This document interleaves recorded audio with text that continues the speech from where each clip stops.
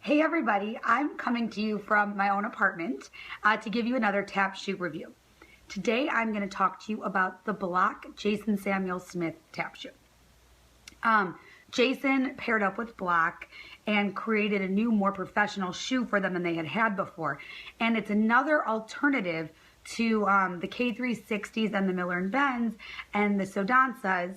So it is much less pricey than some of those other alternatives. So it's definitely a good one to look at if you're not really ready to commit to a $400 shoe, but do want a little bit more support and sound quality than a regular Capezio or Bloch shoe. This is mine, and I will be honest with you, these were given to me by Bloch. So thank you so much, Bloch, for these shoes. I don't want to lie to you and tell you I purchased them when I didn't, but I will say that they are less money and I would purchase them. One thing I really like about them is that the inside here is a little bit cushioned, so it feels good on your foot.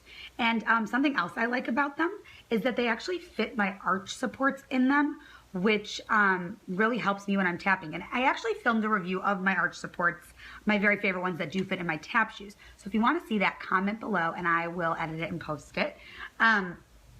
The other thing is these are my only pair of black shoes at the moment, so they tend to be my go-to performance shoe when I'm in a group and we all need black shoes. They sound pretty good. I think the quality's good. I think they fit really well. The only complaint I have, and this is not exactly specifically to me because I've heard this from other people too, is that these run short. And what I mean by that is if I got a bigger size, they would be too big on me. But in my correct size, they push on my big toes sometimes.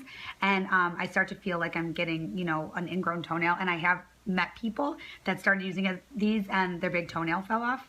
So I know that sounds like a terrible problem, but I have heard that from many people, and anyone that actually got their shoes stretched the long way a little bit didn't have that problem anymore.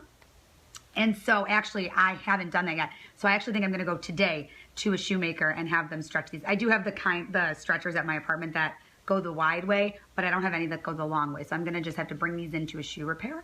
And I think for how, cheap and easy it is to do that, it's totally worth it to have a shoe that's a great quality that is less expensive than many of the other professional brands.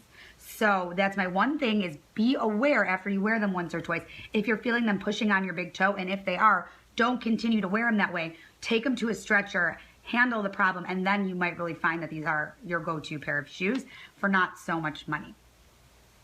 So they actually come in men and women's, and this is the women's version.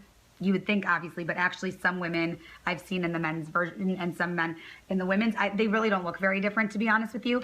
And I think it's really more of a sizing thing. So if your foot fits better into a men's size and you're a woman, they don't really look any less feminine or anything. I mean, let's be real. As it is, we are all women dancing in men's dress shoes, Oxfords, as tap shoes all the time. So none of us are really looking our most feminine in this sort of shoe when we're not in a heel.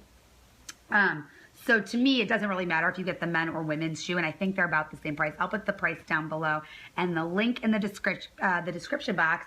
And but overall, I think these are just a really good shoe, and it's a great alternative because, once upon a time, K's were really the only professional shoe on the market, and now I kind of feel like there's a lot of other alternatives for people, in between, or students that really want a more professional pair, but maybe their feet haven't stopped growing and they're just not ready to commit to such an expensive pair. There are alternatives now, and this is a great one. So I will say that I think a Bloch is not a bad choice. But like I said, I kind of find different little things about each one that don't work perfectly for me. And for me, the only thing about these is the fact that I need them stretched in the toe. So if you do that, I think you'll be really happy with these. Let me know if you want more reviews on shoes or other things like the arch supports or massage tools for body maintenance or different things like that. And I will see you in our next video. Thanks for watching. Bye.